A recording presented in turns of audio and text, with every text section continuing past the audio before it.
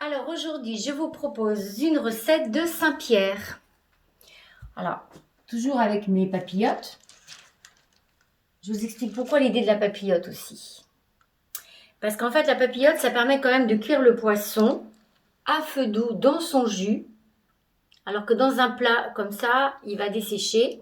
En plus, c'est pratique parce que quand vous avez des invités, vous pouvez préparer votre papillote à l'avance, la mettre dans le four au dernier moment. Vous savez que vous avez un temps de cuisson d'à peu près 15-20 minutes à 100-120 degrés. Comme ça, vous ne vous prenez pas la tête non plus. Voilà, c'est facile. Alors, j'ai préparé aussi les légumes en avance pour avoir justement du temps à accorder à mes invités. Donc, j'ai préparé un mélange de patates douces et de cardes.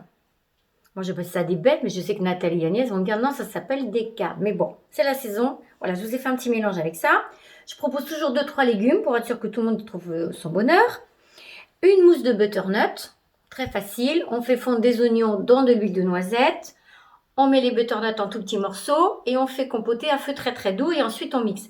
Ça vous permet de les garder au four chaud.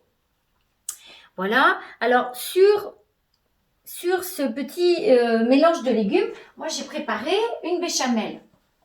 Une béchamel, voilà, pour faire un petit gratin. Tout le monde aime bien les gratins. Alors je vais verser ma petite béchamel sur mes légumes. Vous voyez ? Donc tout ça, vous pourrez le préparer en avance. Ça se conserve très bien, ça se fait réchauffer, pas de problème. On va regarder ça un peu, j'ai préparé juste la quantité qu'il faut. Il ne restera plus qu'à râper du fromage dessus. Voilà. Bon alors je sais la couleur n'est pas appétissante tellement, mais moi je travaille avec du lait d'avoine et de la farine d'épeautre, mais vous pouvez prendre éventuellement du lait normal, du lait de vache et puis de la farine blanche.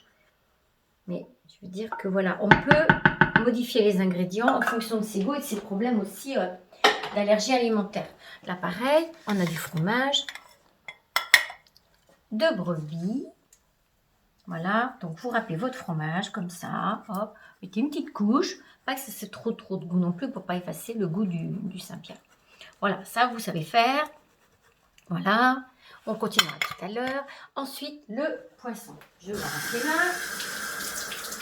Alors, le poisson papillote. Alors, ça va être très simple, vous allez voir, parce que le Saint-Pierre, il a un goût particulier, comme les turbos, les rouges, les poissons comme ça. Il ne faut pas trop assaisonner pour bien garder le goût du poisson. Alors, très simple, voilà, un petit filet d'huile d'olive, notre fleur de sel de Guérande, voilà, un petit peu de cardamone. Alors, j'ai toujours un peu peur avec la cardamone, parce que c'est un goût spécial, il ne faut pas en mettre beaucoup, d'accord ? Voilà, on en rajoutera un petit peu au-dessus tout à l'heure. Un petit peu d'échalote. Voilà.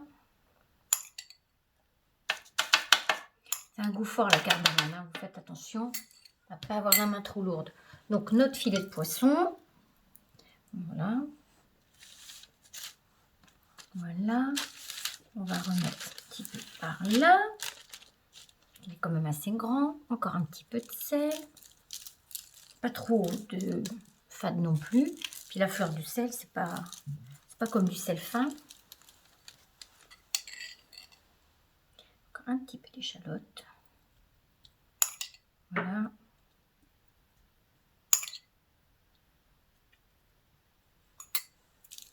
Un petit peu de cardamone.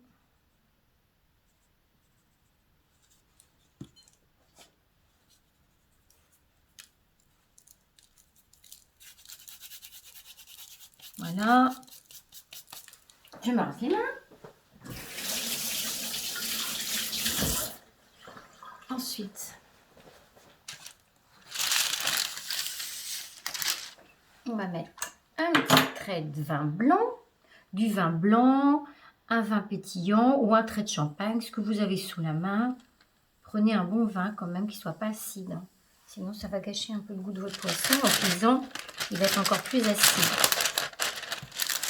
Donc là, vraiment, vous avez la technique de la papillote. Voilà. On fait bien notre papillote.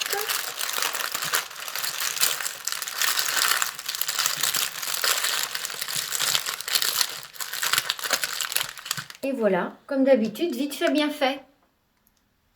Ça va être très très bon, vous allez voir. Et bien, vous jouez maintenant. J'ai rajouté un troisième légume. Un petit peu original, ça va changer. J'ai toujours une boîte de haricots de la mer sous la main, de chez nous. Voilà. Alors, vous pouvez les faire sauter comme des haricots verts avec du beurre, de l'ail et du persil. Pas beaucoup d'ail, d'accord, avec le Saint-Pierre. Mais ça vous fait un troisième légume original, sympa. Et ça va bien se marier avec les autres légumes et le Saint-Pierre. D'accord? Et bien voilà pour aujourd'hui. Encore une nouvelle recette. Et bien j'ai envie de dire à vos casseroles, à vos poêles et bon appétit. À bientôt. Merci.